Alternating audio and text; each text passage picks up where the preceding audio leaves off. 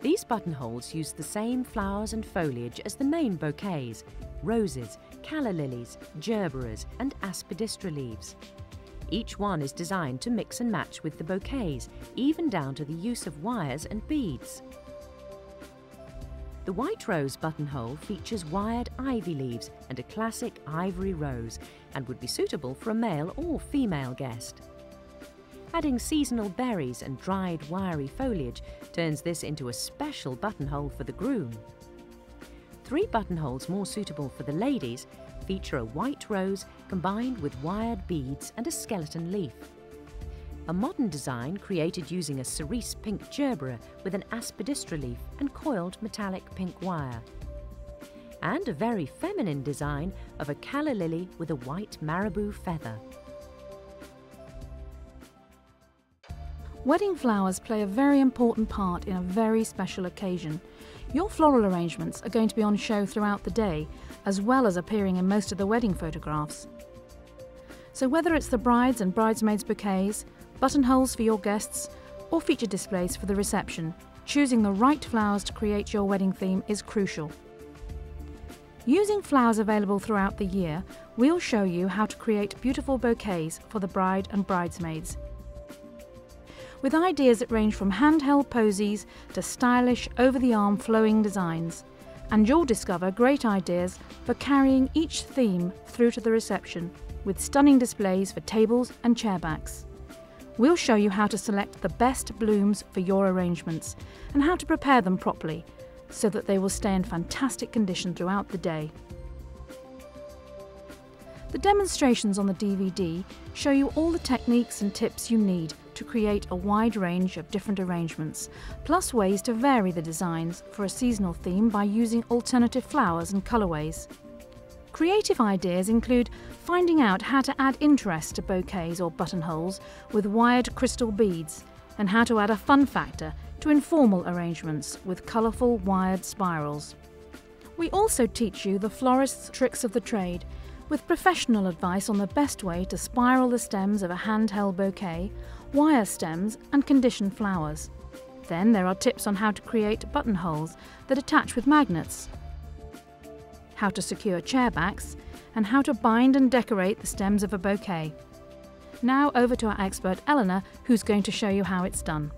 Enjoy watching your DVD and discovering all you need to know to create the perfect wedding flowers. This is a simple but very stylish design for the centre of a table at the reception.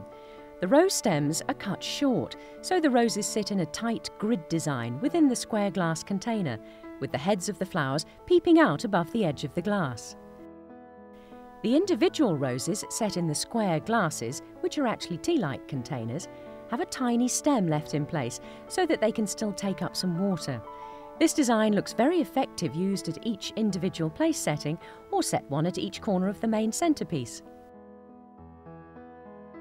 The final design echoes the first one, but the rose stems are set in florist's foam, which is wrapped in a beautiful glossy aspidistra leaf. This arrangement's ideal if you have any worries about making the roses stay in their grid formation without help. And it's also a beautiful design in itself. The green of the leaf sets off the pink roses. Choose the best quality florist roses for your arrangements.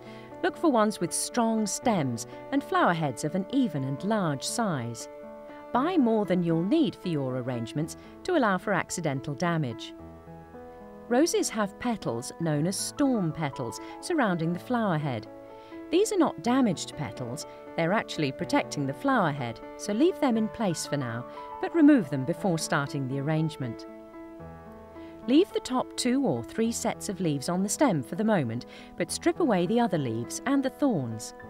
Nip off the leaves or use scissors to remove them. You can nip off the thorns too, or use scissors to remove them. Cut about 1 inch off the bottom of the stems at an angle. Before starting work on the arrangement, your flowers will need conditioning, which means setting them in water in a clean bucket or vase for at least 2 hours to have a long, cool drink before you start work. Eucalyptus has strong, woody stems. You'll need secateurs to cut them. Trim the stems at an angle and strip away any of the low foliage on the stems that might otherwise sit in the water. This can cause bacteria to develop, which would make the stems slimy and unsuitable for use in an arrangement. You'll find you'll get sap on your fingers from handling the stems, so wash your hands well when you've finished. Leave the prepared eucalyptus standing in water for at least 4 hours or overnight to condition it. You can buy beads ready wired in groups of 3, but one advantage of doing it yourself is that you can match the beads to those used on the wedding dress. Use bullion wire, a crinkly metallic wire, which you buy on a reel from craft shops. Cut a short length around 20 centimetres, thread a bead on one end, fold around 5 centimetres of the wire back on itself and twist together to secure the bead. Repeat to create 3 wired beads.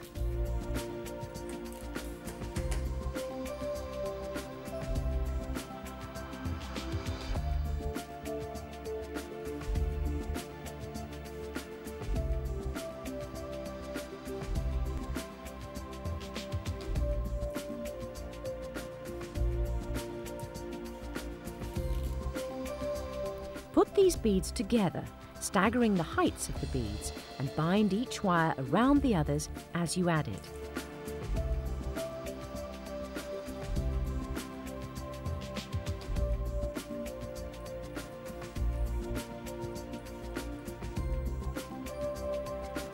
Splay the beads out a little and trim the bullion wires to around 15 centimetres. Take a green plastic-coated stub wire and lay it next to the wired beads so it protrudes just beyond the tip of the beads. Bind the bullion wires below the beads around the stub wire, then fold the top free section of green wire back on itself. Nip with pliers to close it up.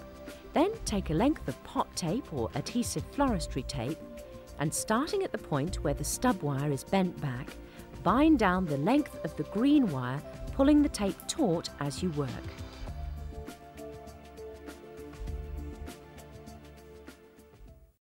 Before you start a project, such as the rose wedding bouquet, which involves a spiralling stems effect, it's a good idea to practice the technique first. We've used leftover rose stems to demonstrate, but a bundle of short garden sticks would work just as well.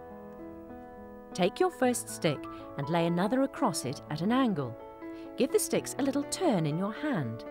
Add another stick at an angle, then turn again. It's easier to see what's going on without any flowers or foliage on the stems, but you'll need a few sticks in place before you can see the spiral stem effect starting to develop.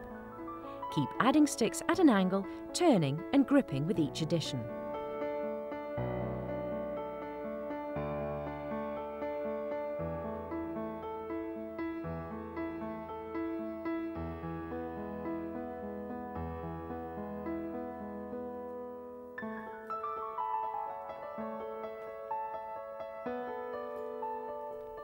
When you've used up all your sticks, tie them off using a piece of garden string, pre-prepared with a loop at one end. Tie the string around at the point where you are holding the stems, securing it through the loop and tying a double knot.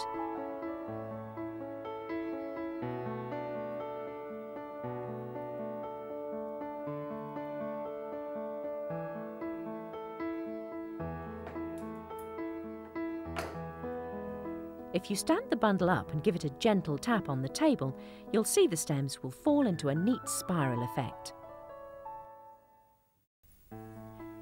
This is a hot glue gun, very useful when binding flower stems, but it does get hot, so always keep a bowl of water to hand in case of minor burns to the fingers.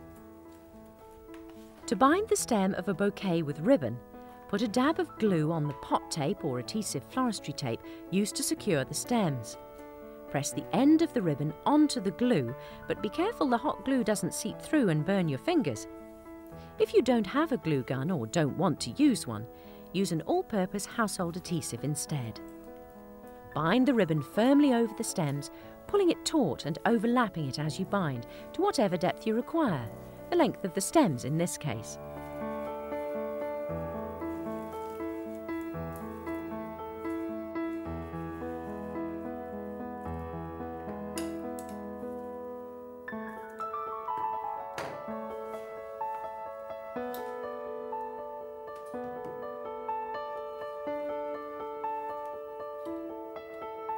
Fold the raw edge under, then push 3 or 4 pearl-headed pins into the stems to secure the ribbon. Make sure the pins go in at an angle, pointing upwards into the stems and not straight through to the other side where they could prick the hands.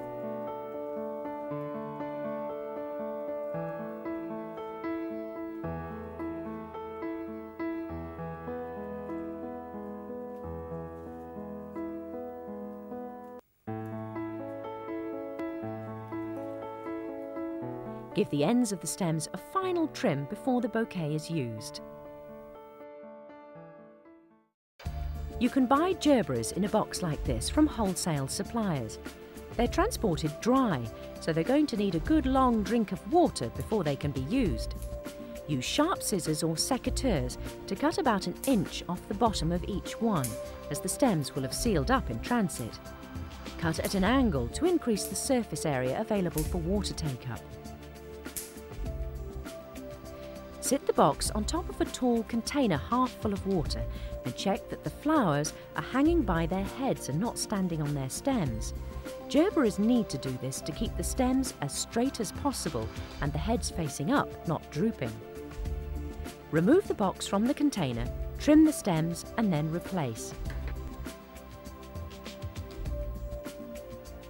If individual stems are still too long and the flowers are standing rather than hanging, lift them out, trim the stem and then replace. Leave the gerberas in water overnight or for at least 4 hours to condition. If you're buying your flowers loose from a market or a florist, they won't be in a box. Trim the stems at an angle as before, then thread them through a cooling rack, the type you'd cool cakes on when baking. Set this over the top of a container half full of water. The flowers should hang supported by their heads and should not stand on their stems. Trim down until they're all supported and leave in water overnight or for a minimum of 4 hours. Even when gerberas have been thoroughly conditioned, their heads can flop when they're used in an arrangement. To prevent this, you'll need to wire them. Use green, plastic-coated 70-gauge wire, which you can get from florists or garden centres. Poke the end of a wire into the back of the flower head, pushing it until it comes through the centre of the flower. Then pull it back so you can't feel the tip of the wire anymore. This is to prevent it scratching anyone when used in a bouquet or arrangement. Rotate the stem and the wire between your fingers and the wire will twist around the stem. Put the flower back in water until required.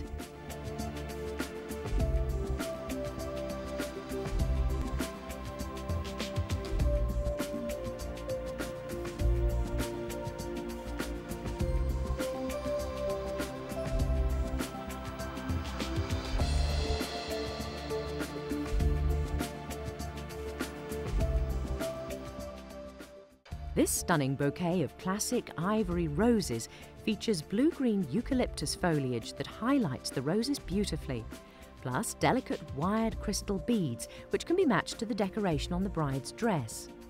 The display is created using the spiralling stems method, giving a domed effect to the bouquet's centre and adding strong design element with the formation of the stems. The stems are bound with broad satin ribbon and then with organza ribbon secured with pearl-headed pins. You'll need to pre-prepare a couple of things before starting to create your bouquet. Cut a 1 metre length of garden string. Double back about 30 centimetres of this at one end and form a loop, double knotting this to secure.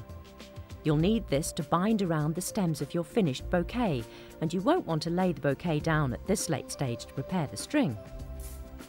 You'll also need to pre-cut a length of adhesive floristry tape, often known as pot tape.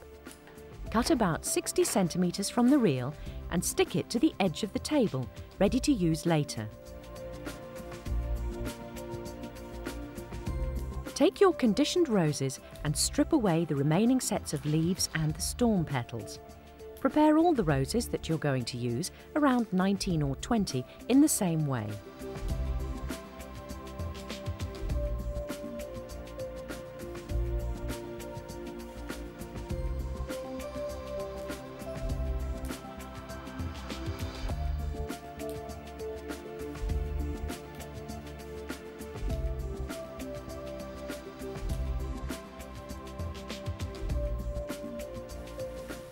Dispose of the leaves, but keep the storm petals if you like. They make wonderful natural confetti.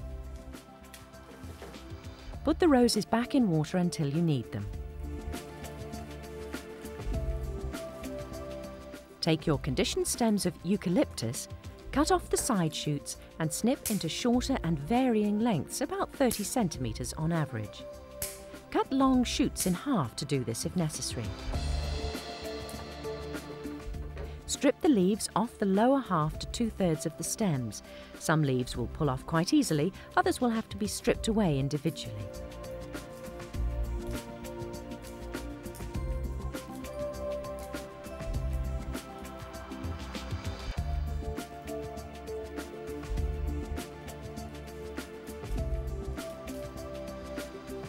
Prepare more of the eucalyptus than you think you'll need, as you don't want to have to stop halfway through constructing your bouquet to prepare more.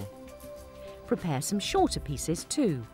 These can be used around the edges of the bouquet to help frame the design. Cut off any sharp ends or extra bits of foliage so the stems are flush with the top set of leaves.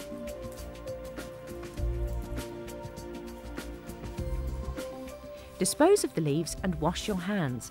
They'll be sticky from the sap, and you want to avoid getting this on the bouquet. Take about 12 of the beaded wires that you've already prepared and the roses. Start with a rose and lay a length of foliage across the stem at about a 45-degree angle. Grasping the stems in one hand, twist or rotate slightly and add in a beaded wire, also at an angle. Rotate again in your hand. Lay another piece of foliage across the stems at an angle, twist, add another rose, then more foliage and a beaded wire, rotating after each addition.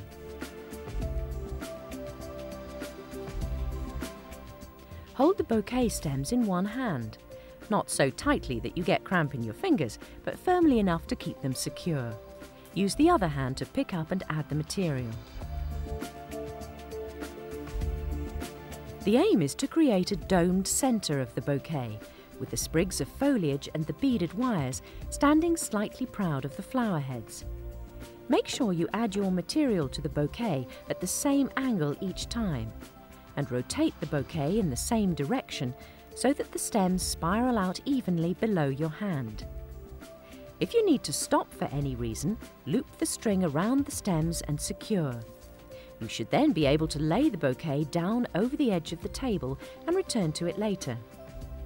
When you go back to it, either carry on as before, adding flowers, beaded stems and foliage with the tie still in place, or loosen this, remove and continue. Make sure that all the foliage in the bouquet is kept above your hand point. You don't want any leaves to appear further down the stems. Keep working, building up the arrangement until you're happy with it and stopping every now and then to adjust the stems and the beaded wires.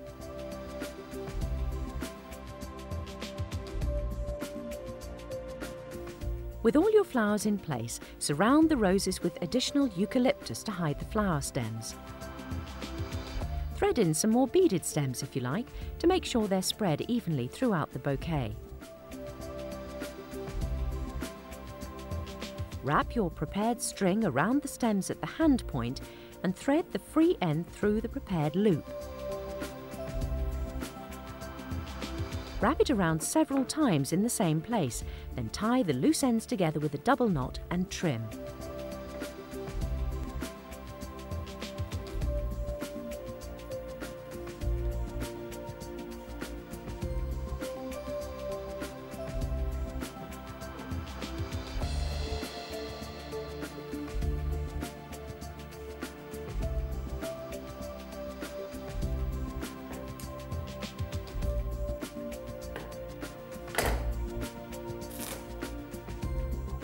Bind the prepared tape over the string, keeping the binding as neat and as narrow as possible.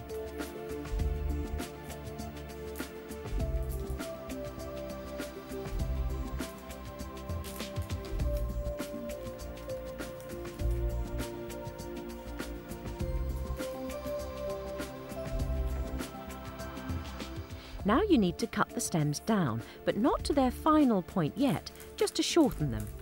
Grasp the stems and cut them straight across using secateurs.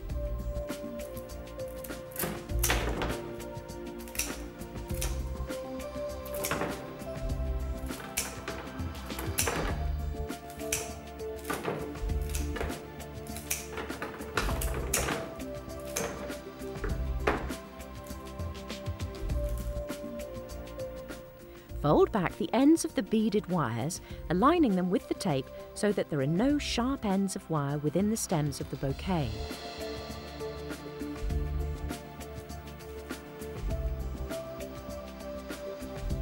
Check through carefully to make sure you found them all.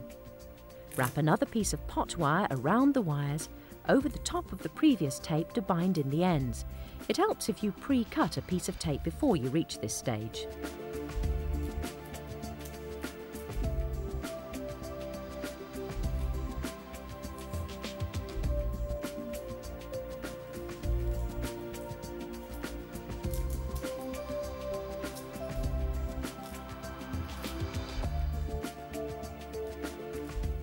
If your bouquet isn't going to be needed for a while, set it in water until you're ready to continue working on it. When you are ready to continue, use the hot glue gun to put a dab of glue on the tape binding the stems. Keep some water to hand at this point. Attach a length of broad satin ribbon to the glue, be careful with your fingers and the hot glue, and then bind the stems firmly, overlapping the ribbon as you go.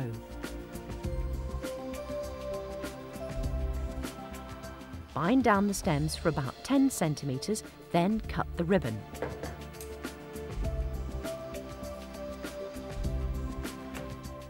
Put a dab of glue on the binding and glue down the loose end, again being careful of the hot glue.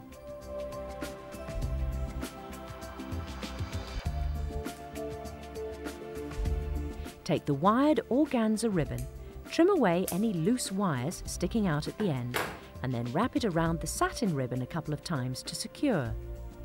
Don't use the hot glue gun, the glue will show through the organza.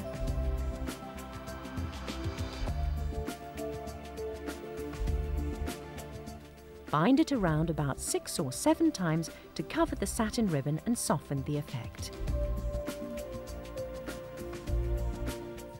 Work your way back up to the top.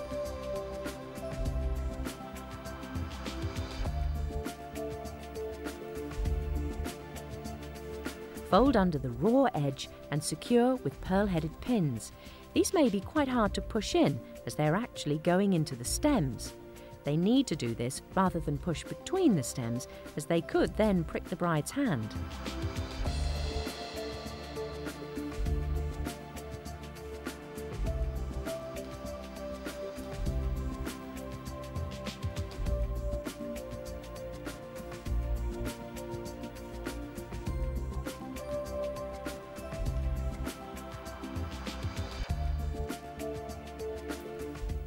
If they bend, pull out and replace.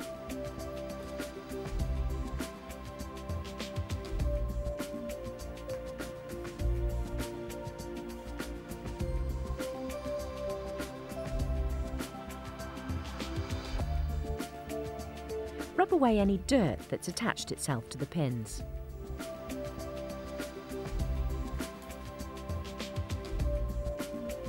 Finally, use secateurs to trim the stems to about 10 centimetres below the hand position. Don't cut them too short, as they need to show in order to balance the design.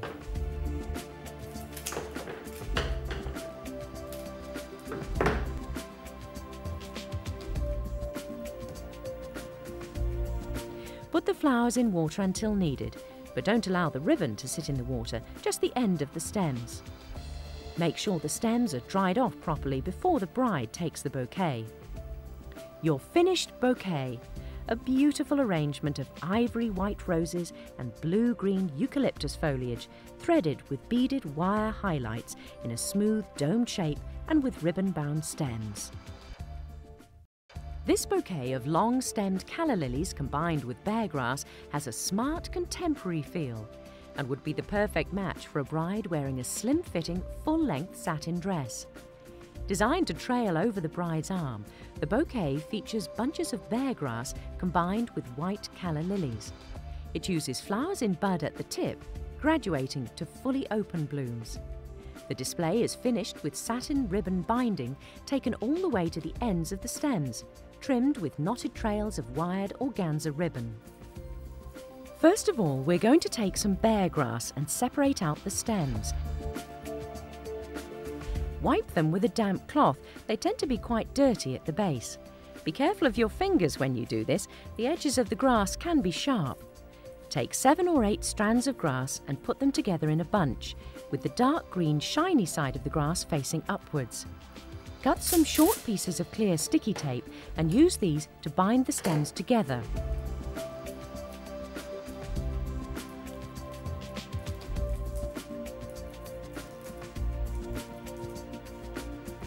Tape them about 20 centimetres up from the base, then cut off the lower 10 centimetres of the stems. Repeat until you've made 5 to 7 bunches. Make more than you'll need, so you don't have to stop halfway through assembling the bouquet to make more.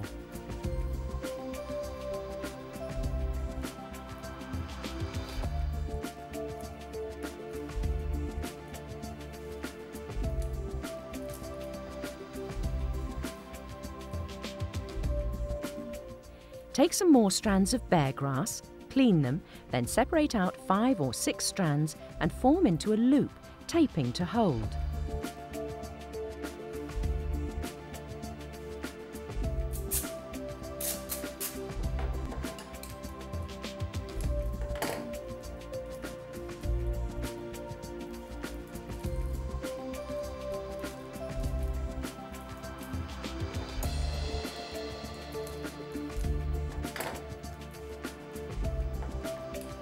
Trim away any excess grass below the tape and make 3 to 5 bundles. Odd numbers tend to work better in arrangements. Clear your work surface before moving on. Cut a metre length of garden string and form a loop with a double knot at one end, and cut a length of adhesive floristry tape or pot tape.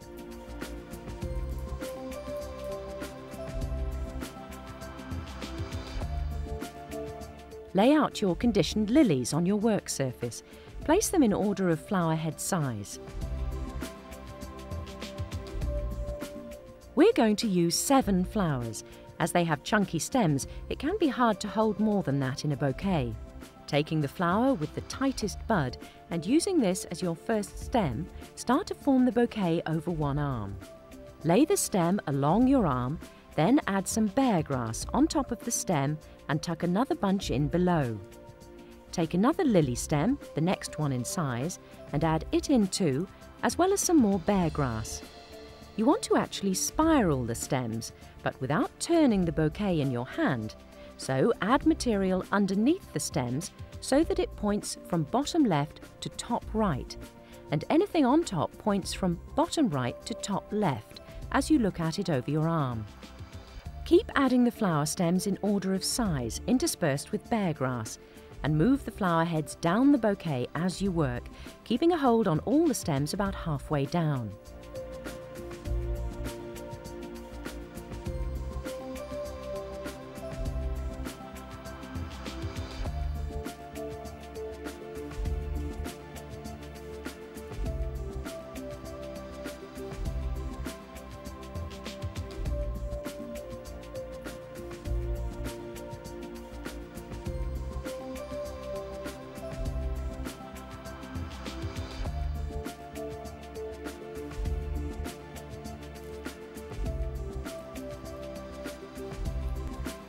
When you have only 2 flowers left, the most fully open blooms, add in some bear grass loops and these 2 flowers with their heads close to your original hand position.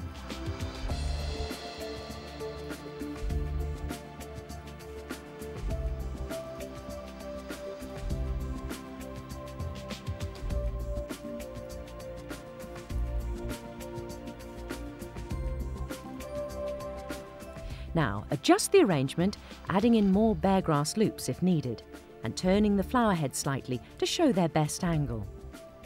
Try the bouquet over either arm to see how it looks from different angles. It's also worth checking how it looks in a mirror, as this is the angle the guests and photographer will view it from. You're aiming for balance as well as a crescent shape effect, so that the longest flower stems form an arc over the arm. Use your pre-prepared string to tie the stems, threading it through the loop and wrapping it around several times before tying.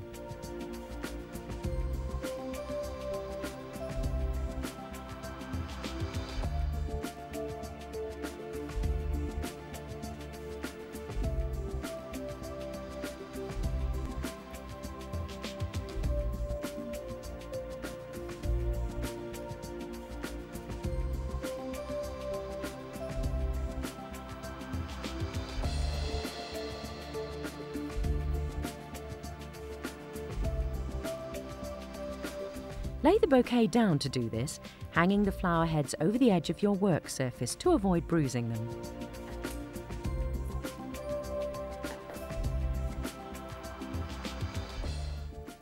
Tape over the binding point with your pre-prepared tape.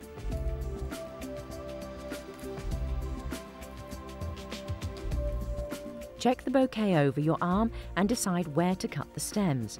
Don't cut them too short at this point, as you can trim them again later. They need to be long enough for the bouquet to lay comfortably along your arm. You can use scissors to cut them as the stems are fleshy.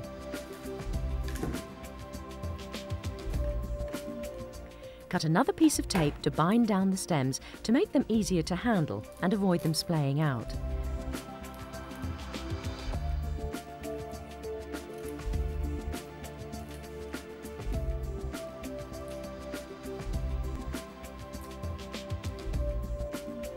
Check the length of the stems again and trim if necessary.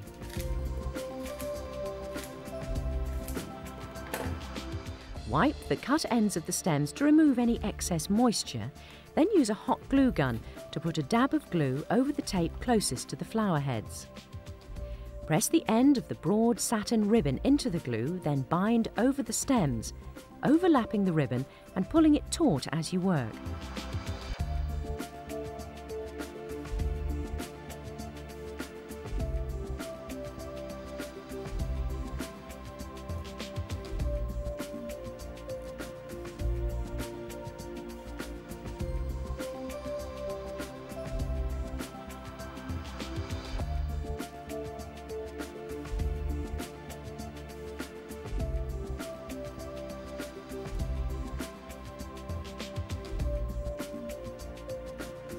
The stems are long, so move your holding hand down as you work to keep a firm grip on the bouquet.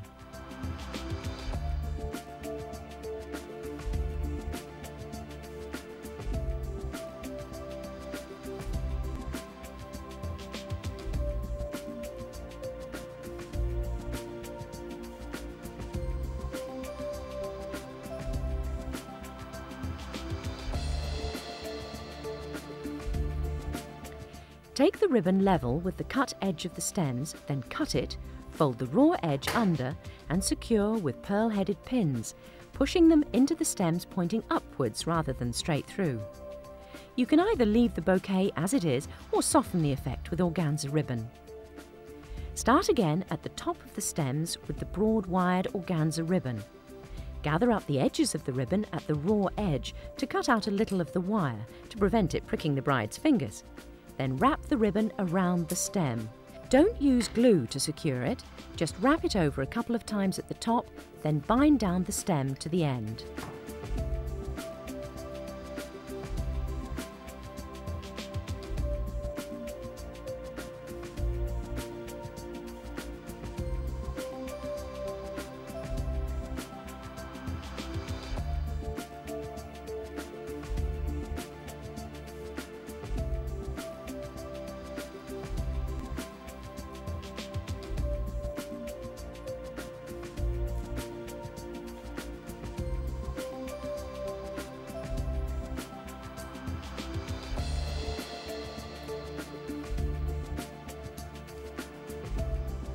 Cut the ribbon, Fold under the raw edge, trimming the wires if necessary, and secure the folded edge with a row of pearl-headed pins.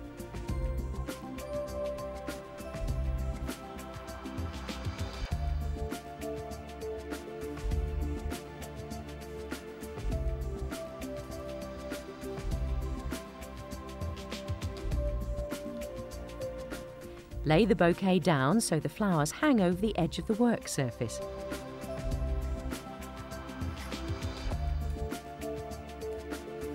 Cut a length of wired organza ribbon, fold back 1/3 of it, and gather up the ends so you can cut out some of the wire.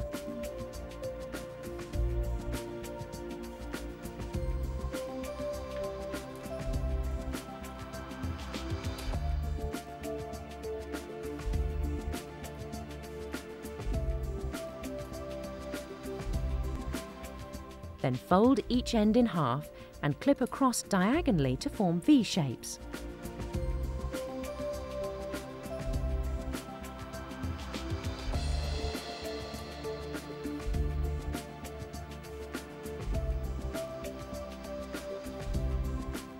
Tie the ribbon around the top of the bouquet stems, making sure the tails are of different lengths. Make a single knot and secure with pearl-headed pins.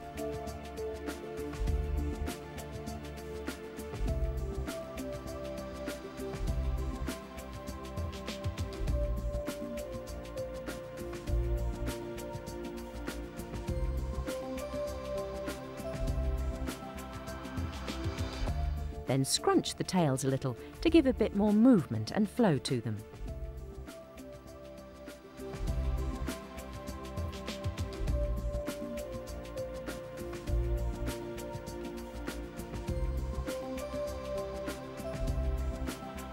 Made using the same method as the white calla lily bouquet, this version uses a variety known as mango for a more autumnal feel. Bear grass is used as before, but this time the grass is threaded with hypericum berries. You could use similar-sized beads as an alternative. Pierce the berries with a stub wire, then thread them onto the grass. To echo the more natural theme, the stems are bound with hessian and then tied with bands of raffia, rather than being secured with pearl-headed pins. Also made with the same method as the calla lily bouquet, this version uses large-flowered cerise pink gerberas, wired and combined with strands and loops of bear grass. Some of the strands of bear grass have been bound with decorative wire in a colour that tones with the flowers. Aspidistra leaves sprayed with leaf shine are used to frame the display and add contrast, while shiny pink aluminium wire, randomly wound around a pen to create loops, forms a striking design feature to complement the contemporary feel. Finally, the stems are bound with matching cerise satin ribbon, finished with pearl-headed pins. This is a colourful and fun bouquet, suitable for both child and adult bridesmaids. Gerberas will combine well with whatever flower the bride is carrying. And as an added advantage, they're available all year round in a variety of colours. Loops of bear grass and sprigs of eucalyptus set among the flowers add interest, creating an unusual look that'll combine well with a variety of bridesmaids' outfits. The stems are bound in an informal fashion with cerise satin ribbon, secured with pearl-headed pins. First, we're going to cut the green plastic-covered 70-gauge stub wires in half before we wire the gerberas, because we aren't going to need particularly long flower stems in the bouquet. Wire up all your gerberas, checking that the wire doesn't poke through the flower centre, and twisting the stems gently to avoid damaging them.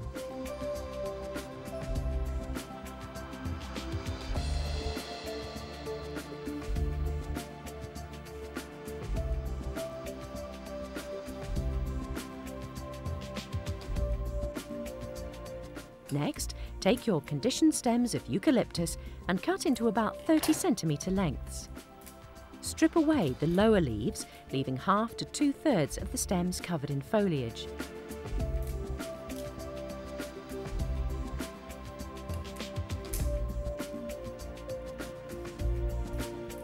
If you cut long stems in half, make sure there isn't any spare stem showing at the top of each stem section.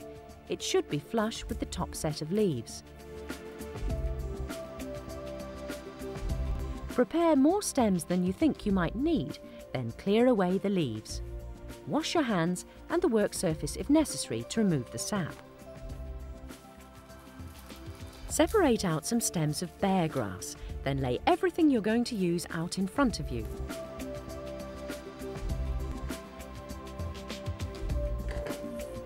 Before you start to assemble your bouquet, cut a metre length of garden string and put a loop in one end, leaving a tail of string free below it so you can secure your bouquet.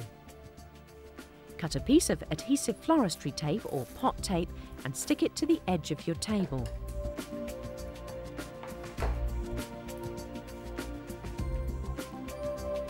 Start with the flower head at the centre, then add in a couple of stems of eucalyptus, adding each one at an angle, before turning everything in your hand to spiral the stems.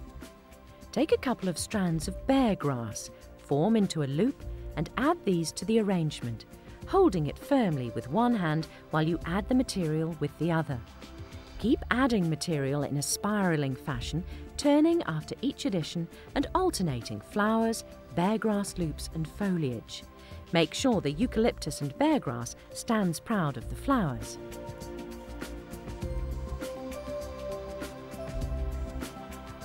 Once you've created the central area of the bouquet using 5 or 6 flowers, have a look at it and adjust any flowers that have slipped.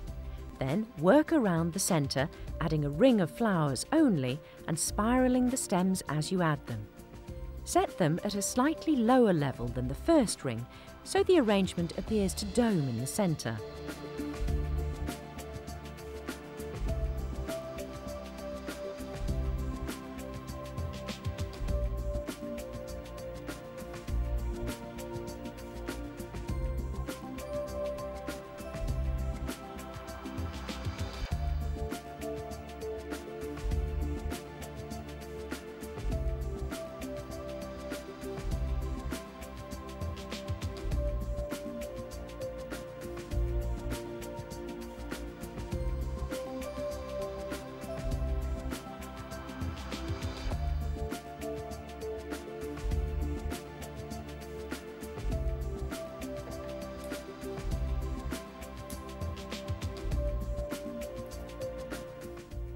Surround the flowers with alternating looped bear grass and sprigs of eucalyptus foliage, again spiralling the stems as you work.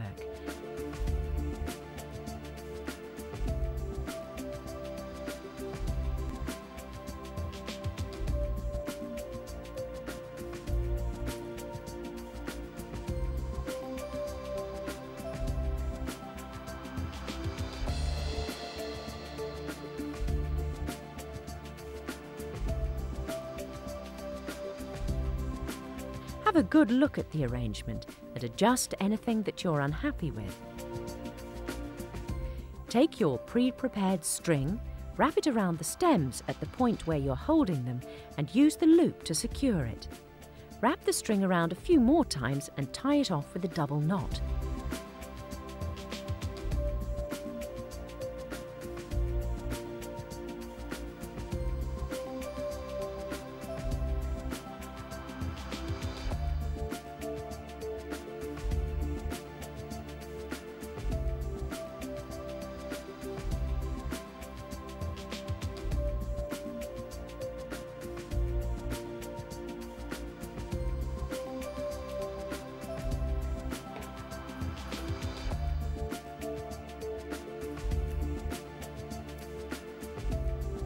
Stick the pot tape over this to hide it.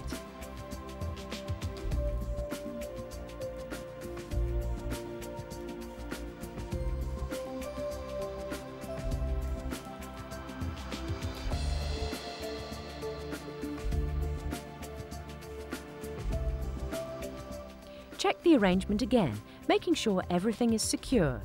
Trim any overlong stems of eucalyptus. Trim the stems down a bit with scissors to make the bouquet easier to handle when binding the stems.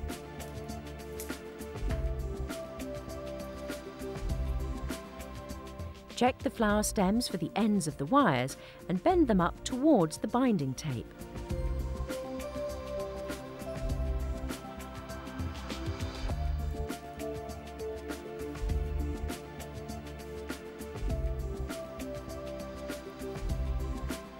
Take another piece of pot tape and bind over them to prevent the wires catching on a hand or a dress.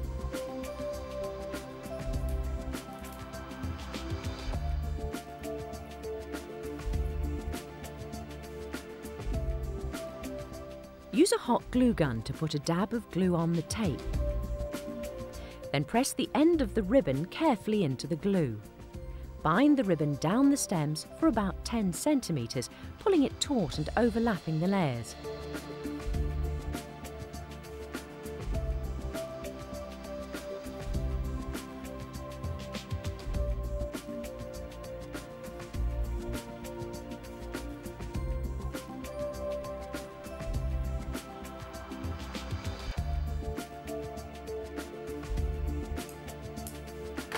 Fold the end of the ribbon under and secure with pearl-headed pins. Place them the full length of the binding, pushing them into the stems at an angle and keeping the heads of the pins in a straight line.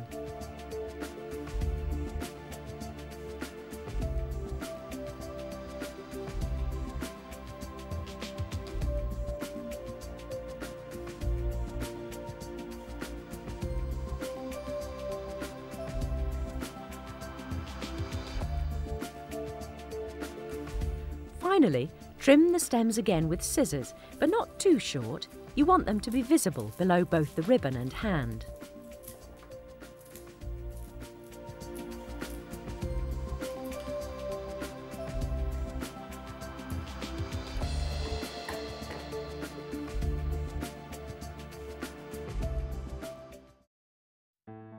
To make the buttonhole, take some ivy leaves that you have previously washed and dried.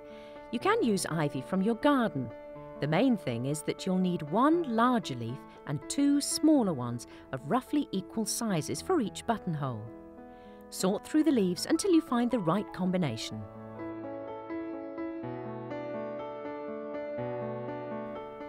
Next, you'll need some rose wire, short, fine wire, which you're going to use to stitch the leaves. Trim the leaf stalk to about 1 centimetre. Then turn the leaf over and thread the wire around the main vein, starting about 1/3 of the way down the vein from the leaf tip. Bring the wire back up on the other side of the vein so you've taken a small stitch with the wire. Push the wire through and bend to create one longer and one shorter leg.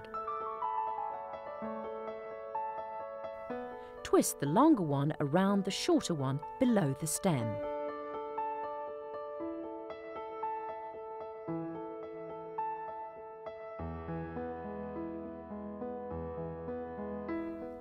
To bind the stems, you can use parafilm, a kind of stretchy, self-sealing plastic film on a roll.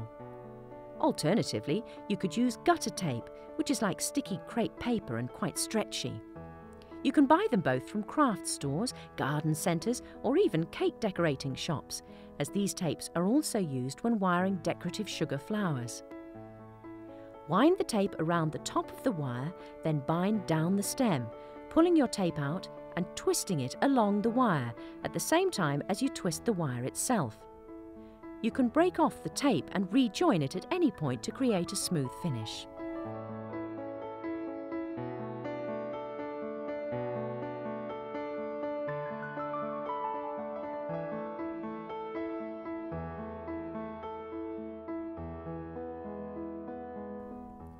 Take one of the smaller leaves and use the rose wire to take a tiny stitch across the main vein, in the same way as on the larger leaf. Bend the wires and twist together below the stalk as before.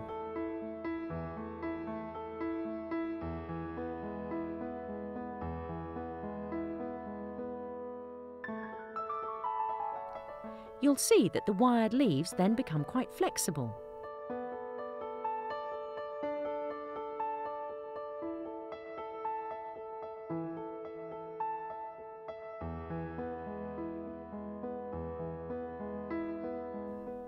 Tape down the wire as before, twizzling the wire between your fingers as you work.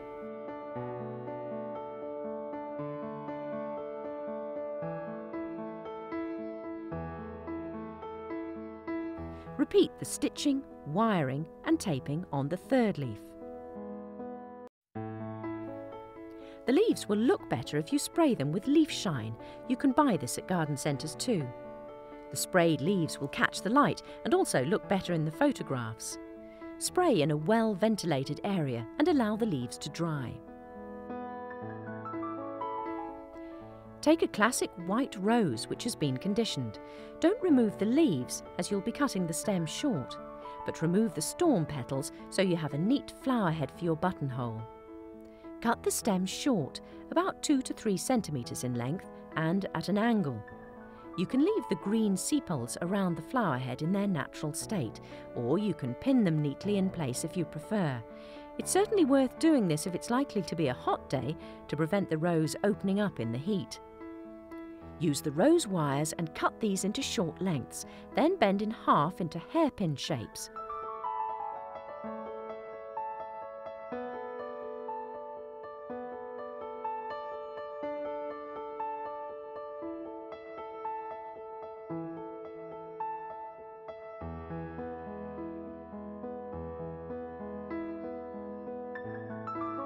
Hold the sepals against the rose and pin them in place.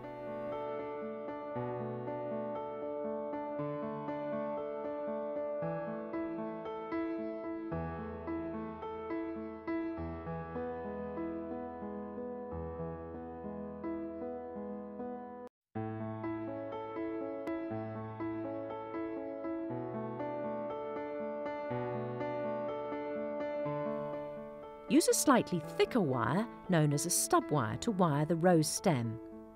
Cut one end of the wire at an angle to form a point, using floristry scissors with a serrated edge or wire cutters. Push the wire through the middle of the rose stem. You're aiming for the wire to come up through the centre of the rose. If you can't position the wire correctly on your first attempt, don't worry, pull it out and start again.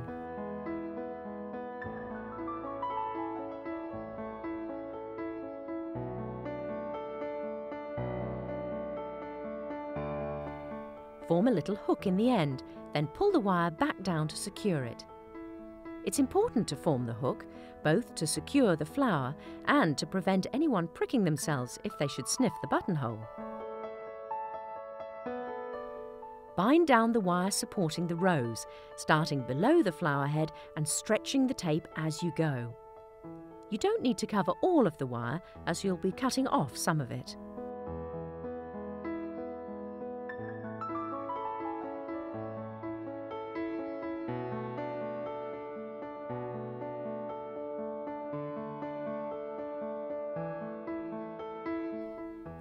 Place the largest leaf to the back of the rose and the two smaller ones at the front.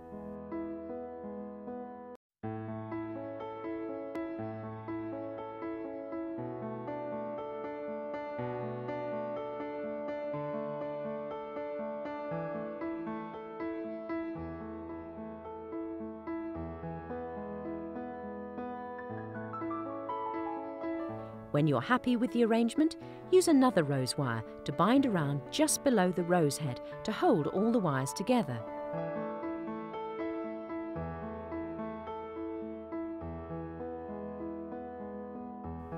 Twist the ends together and trim the wire close to the stem.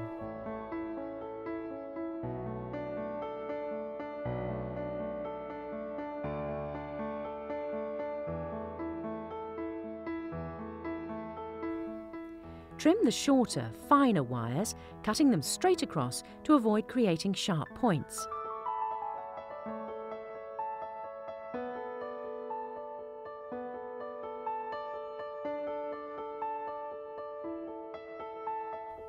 Bind down the wires with parafilm, going right down to the end of the stem and then binding back up again to make sure there's no sharp point.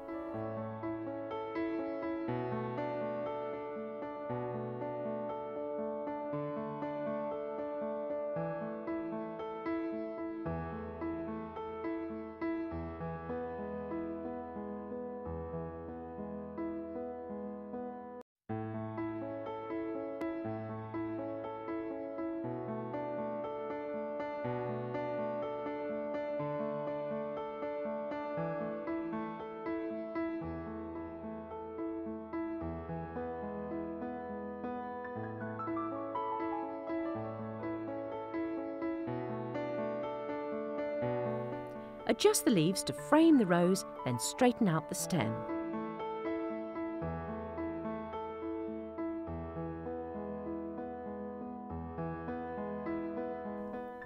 Supply the buttonhole with a pearl-headed pin so that it can be attached to clothing.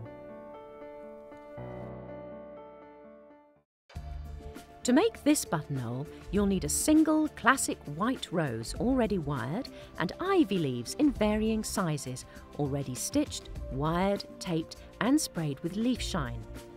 To add a masculine touch, use Muhlenbeckia, a twiggy type of material.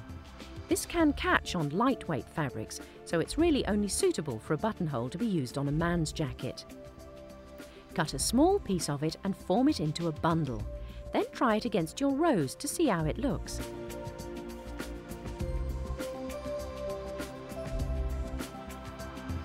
Cut it down to size if necessary.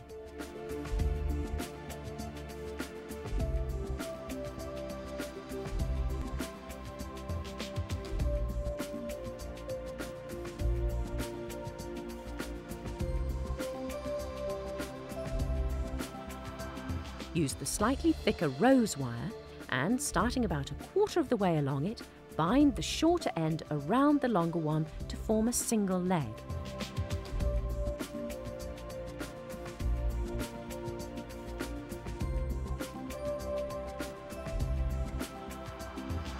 Tape the wire to cover it using your stem tape.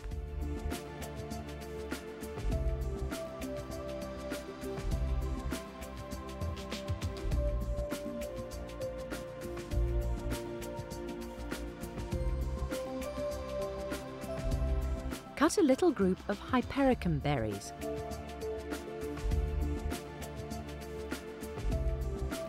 Check them over and remove any larger leaves or damaged berries.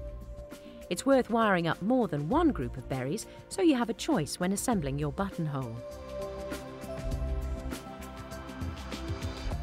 Take a rose wire, one of the thicker ones, trim the stem of your berries and then bind the wire around the base of the stem.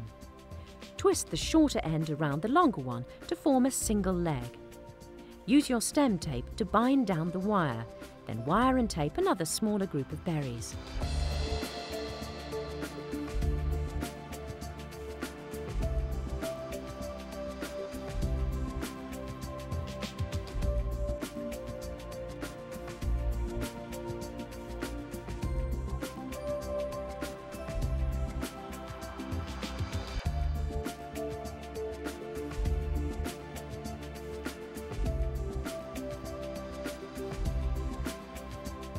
Start to put your buttonhole together, experimenting with different groupings of your plant material until you're happy with the way it looks.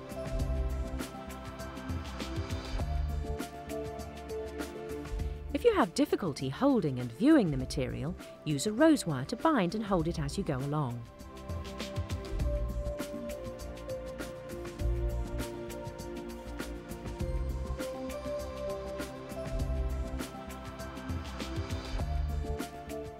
Use your wired leaves to frame the buttonhole. Then use the fine rose wire to bind everything together close to the base.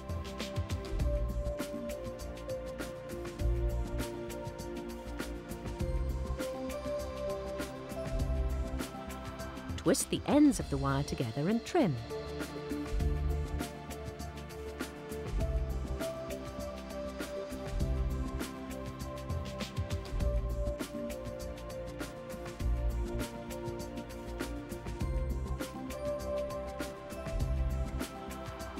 Keeping the main wire, that of the rose, long, shorten the other wires to prevent bulk. Cut them straight across to avoid sharp edges, then shorten the main wire to its final length, around 7 to 8 centimetres.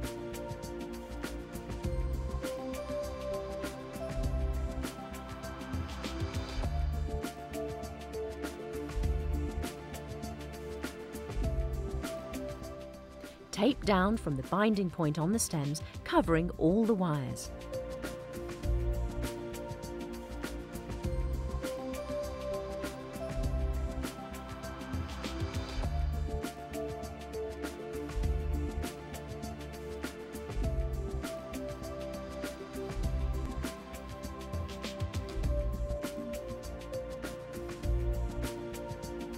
Fold the tape around the bottom of the stem and then tape back up to make sure there's no sharp point on the bottom of the stem.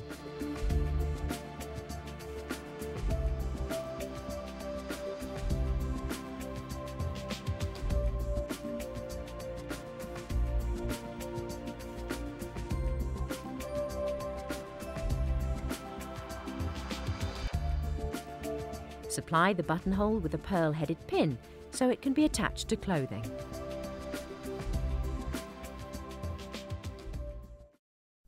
Where a buttonhole is designed for use on an outfit which could be damaged by a pin, you can use a floristry magnet to attach it instead. You can buy these by mail order, and each one consists of two parts, one to tape onto the stem of your buttonhole, and the other to go inside the clothing to hold the buttonhole in place. But please note, magnets are not suitable for use by anyone with a pacemaker. Apart from your wired rose, you'll also need a skeleton leaf, some pink beads and 2 different weights of bullion wire. Use decorative bullion wire, which is available in different weights and on reels or in coils, to wire up your pink beads singly.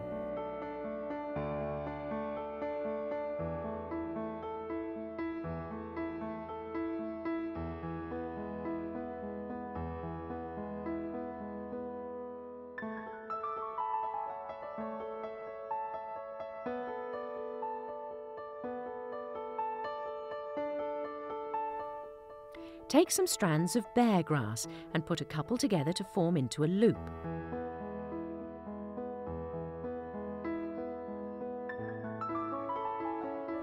Trim to a suitable length and then bind around the base of the stems with rose wire.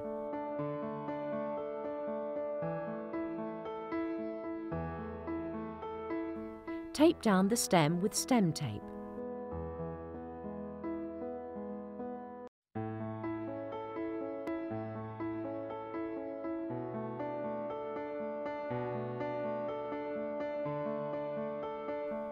Frame the wired rose with your skeleton leaf, then use rose wire to bind the two together close to the base of the rose.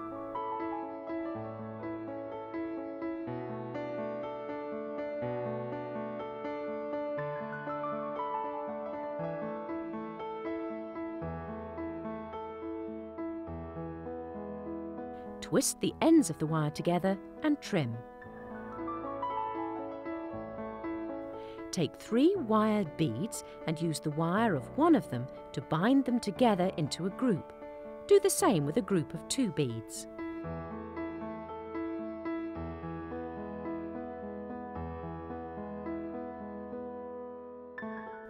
Add your wired bear grass loop to the arrangement.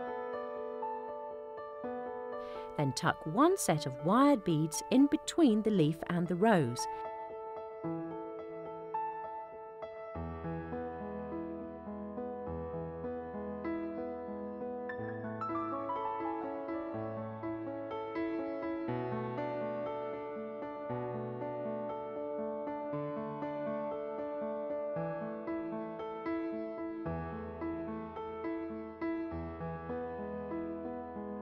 And place the other to the front of the flower head.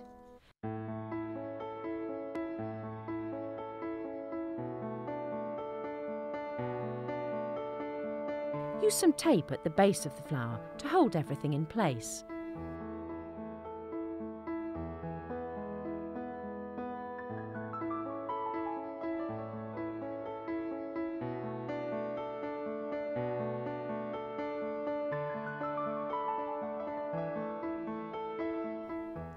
Trim the wires of the beads and the bear grass to avoid bulk when binding the main stem. Trim the main stem down to around 7 to 8 centimetres, cutting it straight across. Tape all the way down your stem and back again, folding and smoothing the tape around the end of the wire so it's properly covered.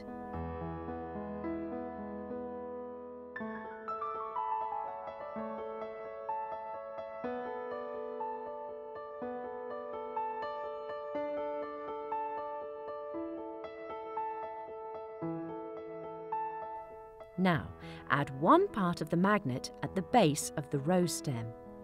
Check you've attached it so it'll work properly with the other half, then tape over it to hold it in place.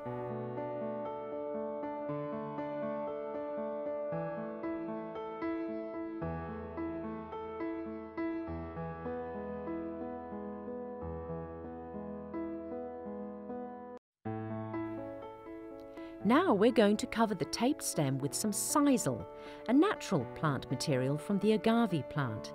You can buy this in different colours from florists and craft suppliers. Take a small amount of it and bind up and down your stem with it, keeping it as neat as possible at the base.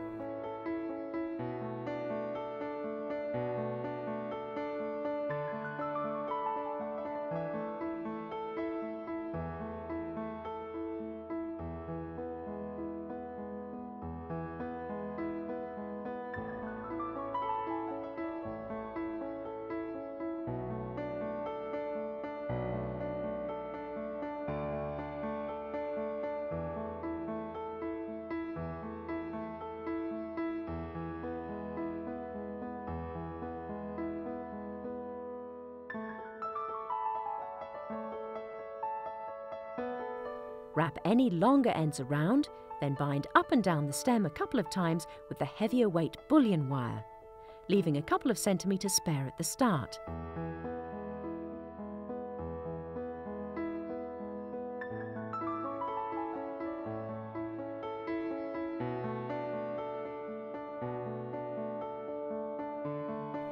Cut the wire, then twist the ends together into a tiny ball.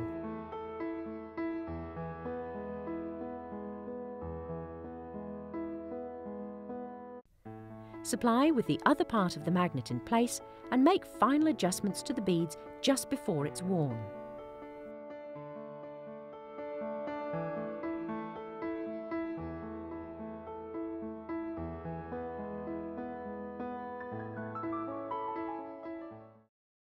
For this buttonhole, you'll need a conditioned gerbera, which you'll need to cut down to leave a very short stem, and an aspidistra leaf to provide contrast. First of all, cut the gerbera stem quite short, around 2 to 5 centimetres below the flower head and at an angle. Cut one end of the stub wire at an angle too to form a point and push it into the centre of the stem.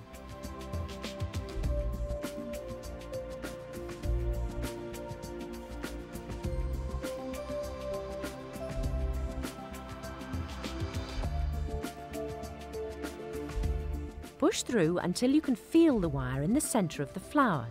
Then pull it back down again slightly so it can't be felt. There's no need to form a hook to hold the wire in place, it'll be quite secure. Use your stem tape to tape over the stem and down the wire to the end, twizzling the wire between your fingers as you work. You'll see that the aspidistra leaf is too large to use as it is to make a buttonhole, so you'll need to cut it in half along the main stem. Keep the bit without the stem attached and fold in half. You'll see it works much better with the flower.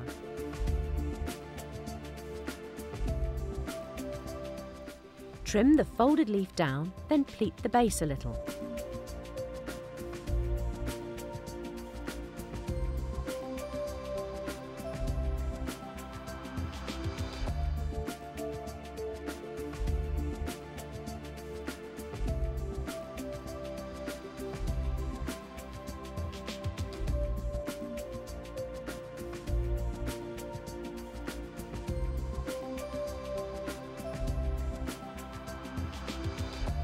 Secure it with a thicker rose wire, leaving a long length known as a single leg mount, and using pliers to help you, twist the wires together at the top if that helps.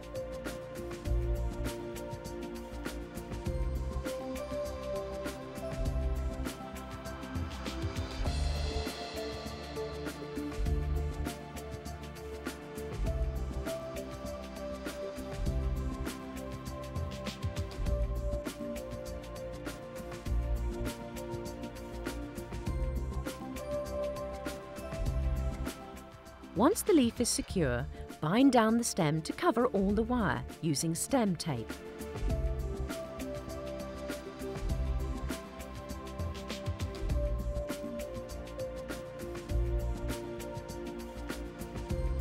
Then spray both sides of the leaf using leaf shine.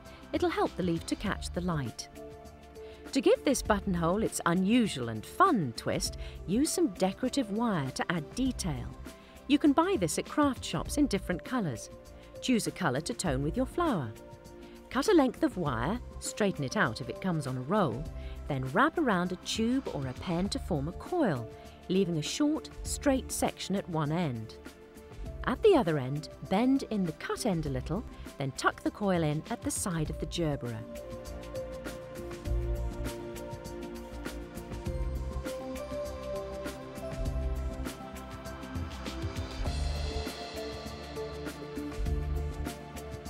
Use a fine rose wire to bind everything together just below the flower head.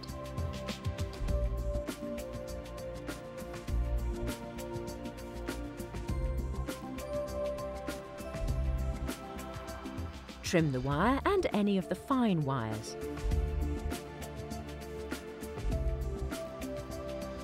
Trim the main wire straight across, but not too short, as you'll be coiling this too.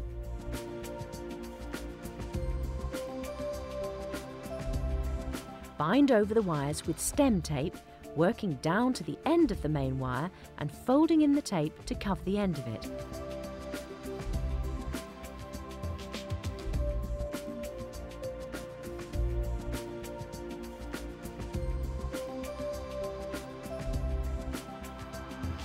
Then binding back up a little way. Use your tube or pen to coil the wire to make a decorative feature of the stem, to mimic the coil next to the flower.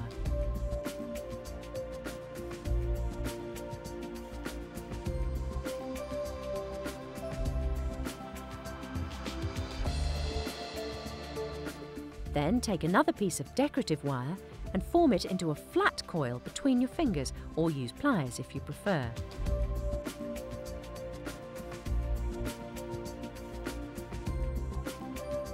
Cut, keeping a short, straight piece at one end, and set into the centre of the gerbera.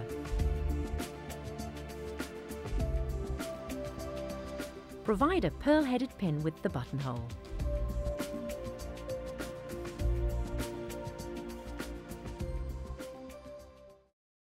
For this buttonhole, you'll need a small calla lily, pre-wired using a stub wire. Cut the wire to a point and push it into the trimmed stem. You don't need to put a hook into the end of the wire, as it'll hold its place within the flower head. Tape over the stem and down the wire with stem tape. Combine this with a fluffy marabou feather. These are available in different colours from good haberdashery departments, and they're pre-wired. If you think the feather's a bit over the top, you can always remove some of it. Take a couple of strands of bear grass and form into a loop. Trim to size, then bind around with rose wire. Twist the ends together and bind down the wire with stem tape.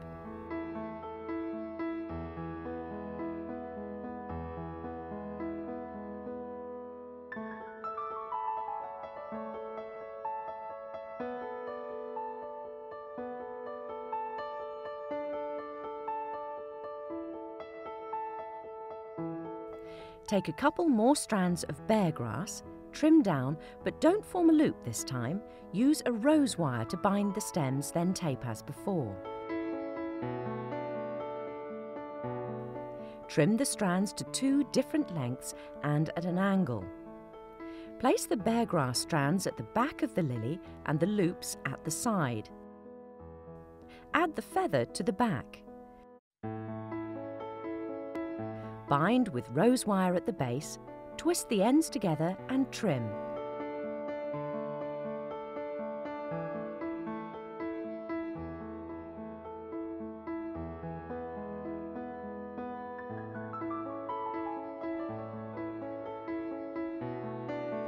Trim all the wires, leaving the flower wire the longest, about 7 to 8 centimetres, and cut them straight across. Use stem tape to tape down the stem, folding in the tape to protect the end of the stem and taping back up the stem a little way.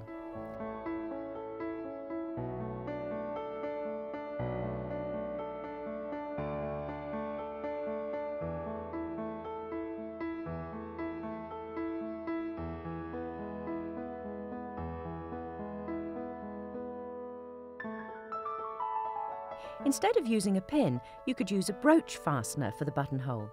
This type of fastener is available from craft suppliers, and it would be particularly suitable for use on a buttonhole for a child. Trim the fitment down a little and use a rose wire to attach it to the back of the stem, then tape over the wires to give a smooth finish.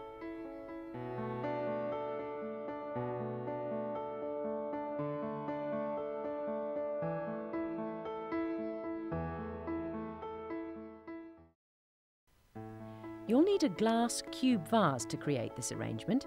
Make sure it's clean and grease-free before you start, and remove all labels. Pour some clean water into the vase about a quarter of the way up the sides. We're going to use 9 roses here in a grid formation. Prepare the roses and condition them.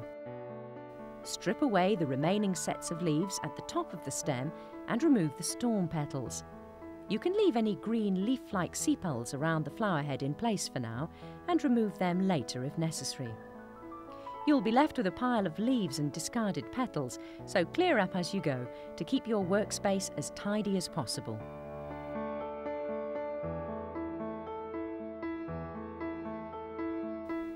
Take your first rose and turn it upside down against the side of the vase so you can gauge roughly where your stem needs to be cut. Use sharp scissors, such as these florist scissors, which also have a serrated edge so you can cut wires with them too. Or use secateurs or a gardening knife, but these are sharp and best left to the experts. Cut your plant stems at an angle to create the biggest surface area to take up water. And even though we're working with a straight-sided vase, the base is curved, so the lengths of the stems will vary, but should still all be cut at an angle. Cut away less than you need to at first. It's better to gradually reduce the length of the stem than to make it too short to begin with. Don't worry, it'll feel as though you're cutting away an awful lot of stem, but that's fine.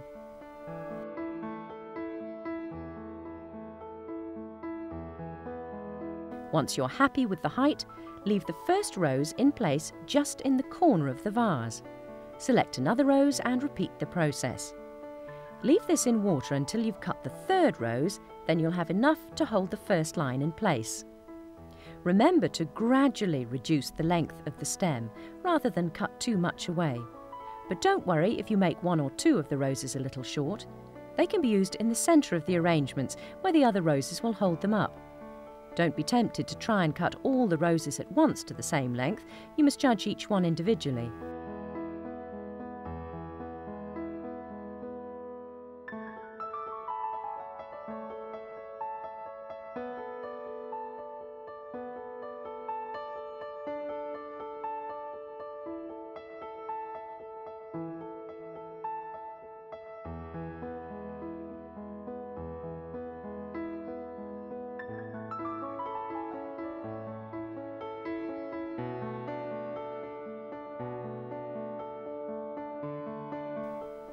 As you work, remove any further storm petals you spot or any damaged petals.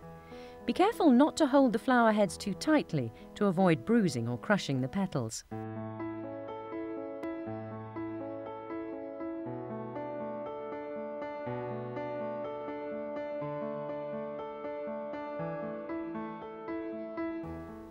Check the design all round. Here you can see some greenery, which is actually a sepal, not a leaf, but which you may prefer to remove to give a clean, crisp design. Gently lift the rose out of the arrangement and nip off the sepal so it doesn't detract from the design.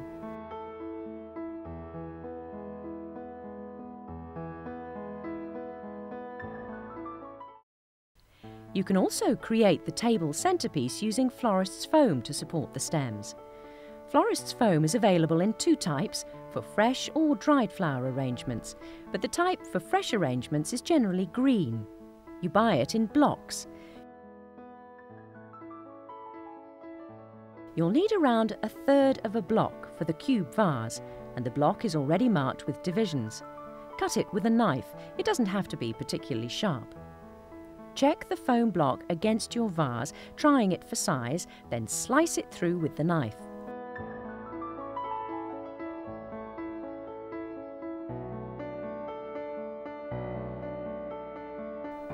Soak the florist's foam in a bowl of water or the kitchen sink. The water should just cover the block. Set the block on the surface. It'll sink down as it soaks up the water. When it's fully soaked, it'll change colour completely to a darker shade.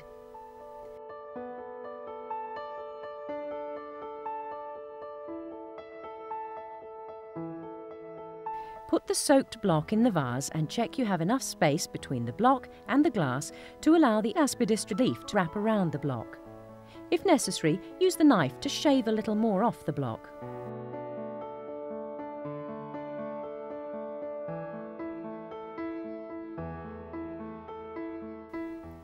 You can get aspidistra leaves in different sizes.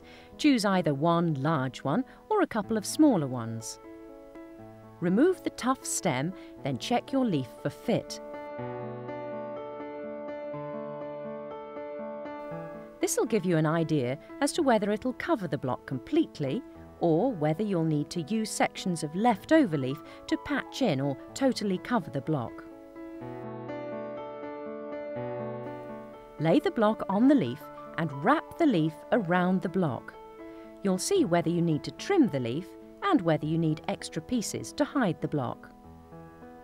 You may find it helpful to use a glass-headed dressmaker's pin to hold the leaf securely.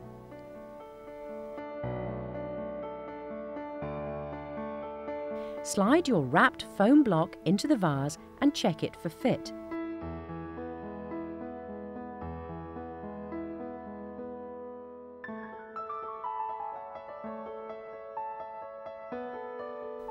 Look at it from all sides to make sure the foam block can't be seen.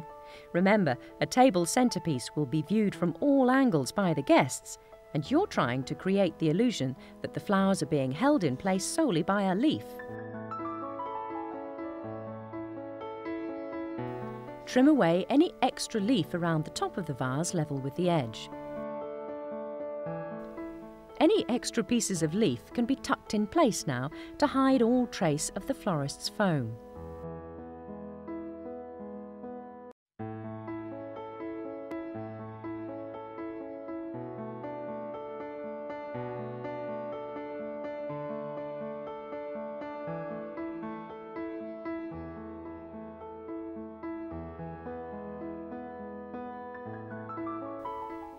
Now you're ready to set your roses in place. These should already be conditioned and with all leaves and storm petals removed. The stems for this design can be cut quite short as they're going to be pushed into florist's foam, so that the base of the flower heads will sit level with the top of the vase. Shorten the stems, cutting them at an angle. Gently push the rose into the foam block, holding the head firmly but not so tightly that you damage it.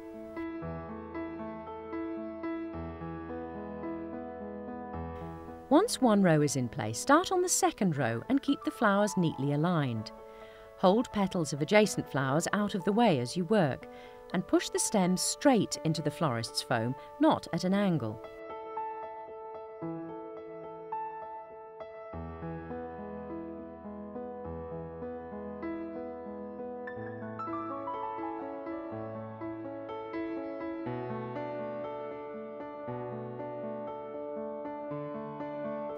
Finally, set the last row in place.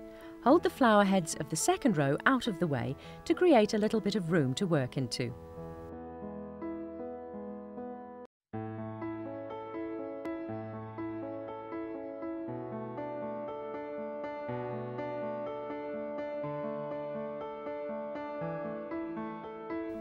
Although there's water in the block to keep the roses fresh, it's not a bad idea to top up the vase with water right to the top to avoid an obvious waterline. That way, there'll be enough water to keep it fresh for several days, even in warm conditions.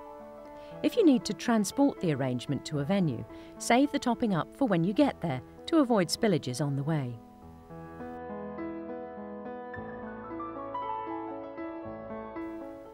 We've used square glass tea light containers for this design to match the cube vase, but you could use round ones instead. Pour a little water into the container. Then take a conditioned rose and strip away any storm petals. There's no need to strip off the leaves. You'll be cutting the stem so short that they'll be going anyway.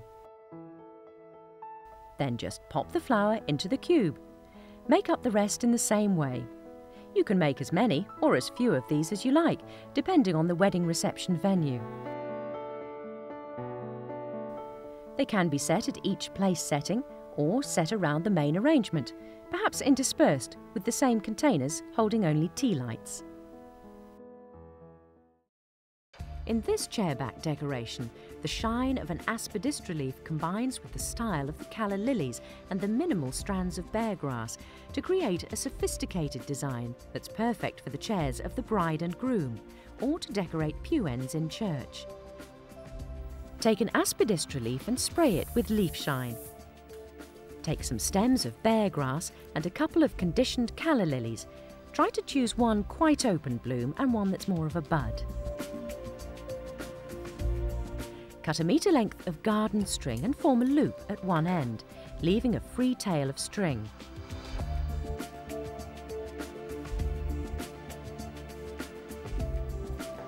Cut a length of pot tape and stick it to your work surface.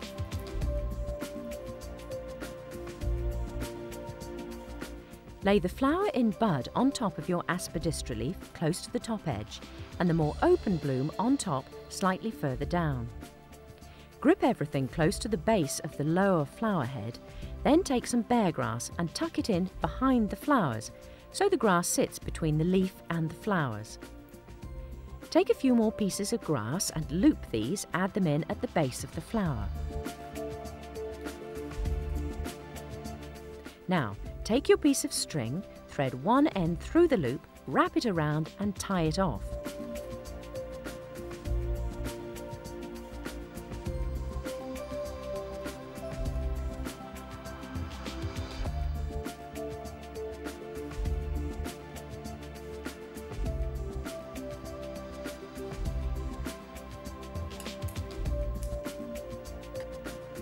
Cover the string with your piece of pot tape.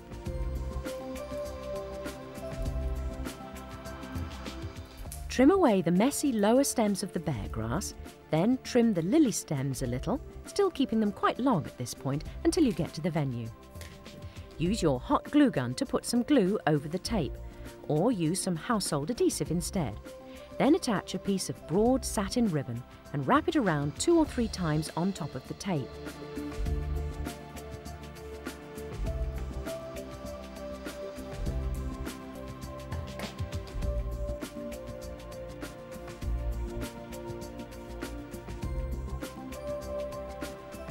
Fold over the raw edge and secure with a couple of pearl-headed pins, pushed upwards into the stems.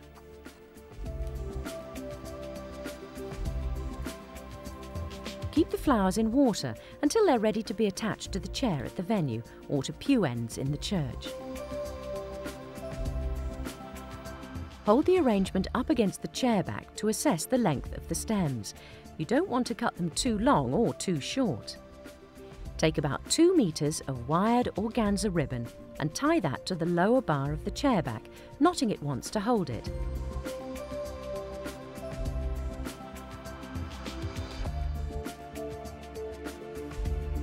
Then tie the arrangement in place, knotting the organza ribbon just below the ribbon on the stems to hold it securely.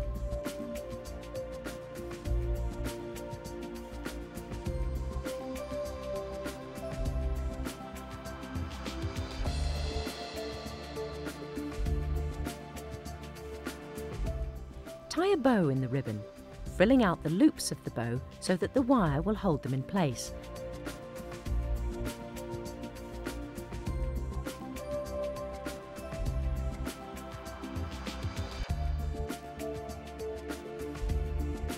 Scrunch it a little to add interest and scrunch the tails too. Pull the wires out slightly at the ends and trim them to avoid them catching on people or clothing, and then cut V shapes into the ends of the ribbon.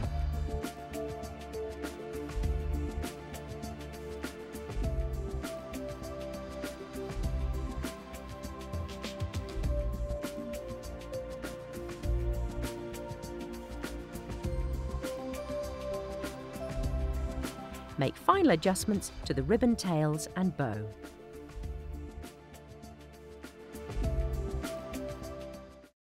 A great way of making the top table at the reception look really special is to add floral displays to the backs of the chairs. The same decorations can also be used as pew ends in the church.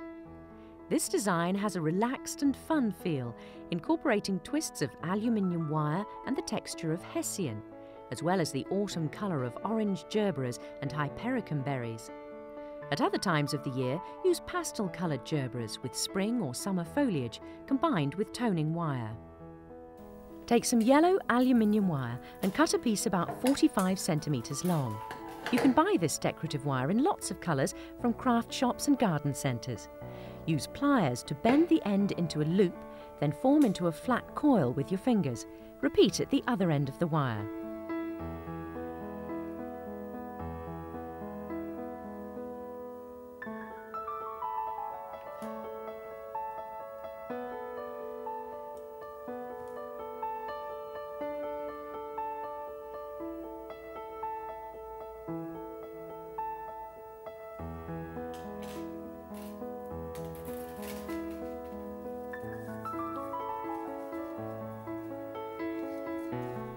Take a conditioned stem of hypericum berries and break off shorter sprigs for use.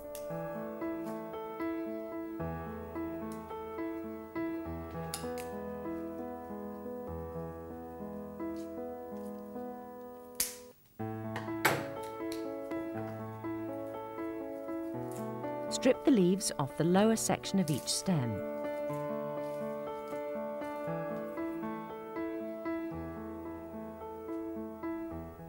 Take 3 gerberas that you've already conditioned and wired and lay them out on your work surface.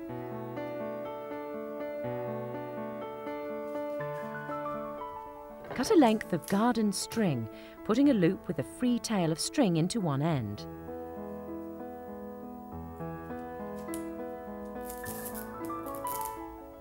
Cut a length of pot tape and stick it to your work surface. If there's a smaller bloom, use this as the top bloom in the arrangement. Then place a sprig of berries behind to frame it. Then add in another bloom below that with berries to either side of it.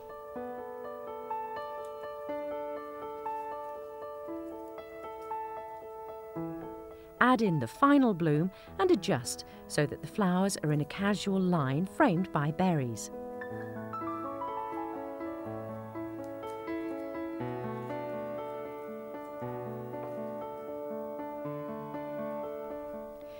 Use your pre-prepared string to secure the arrangement a little way below the lowest flower.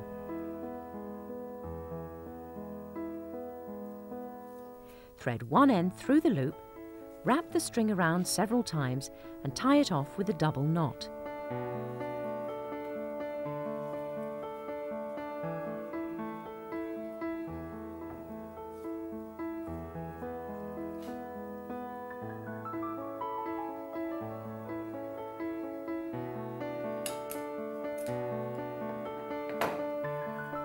Adjust the flowers a little if necessary, then unwind the gerbera wires that are showing below the string.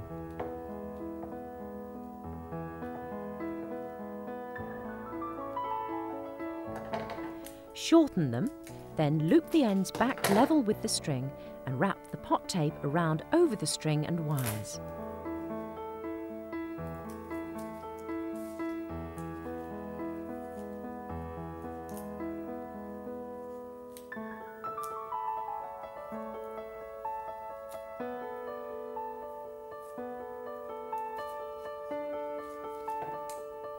Trim the stems to about 20 to 30 centimetres below the tape using scissors or secateurs if you find the hypericum stems tough.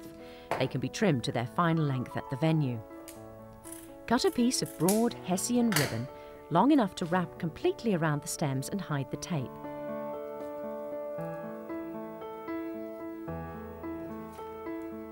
Put a dab of glue on the tape with the hot glue gun. Stick one end of the hessian ribbon down, wrap it around and use the wire to bind it in place.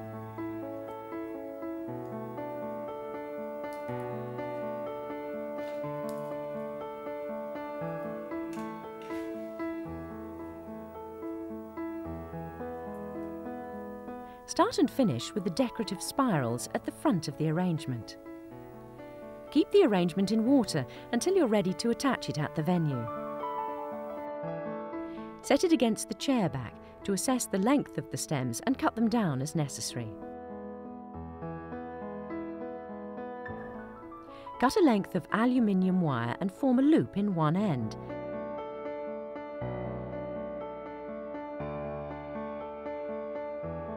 And wrap the wire around a pen to form a loose spiral. Do the same at the other end. Wrap the wire around the base of the chair back and twist together in the centre to hold.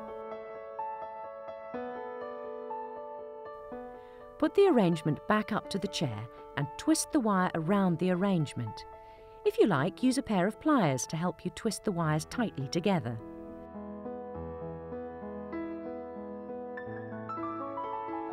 Bend the spirals to the shape you require.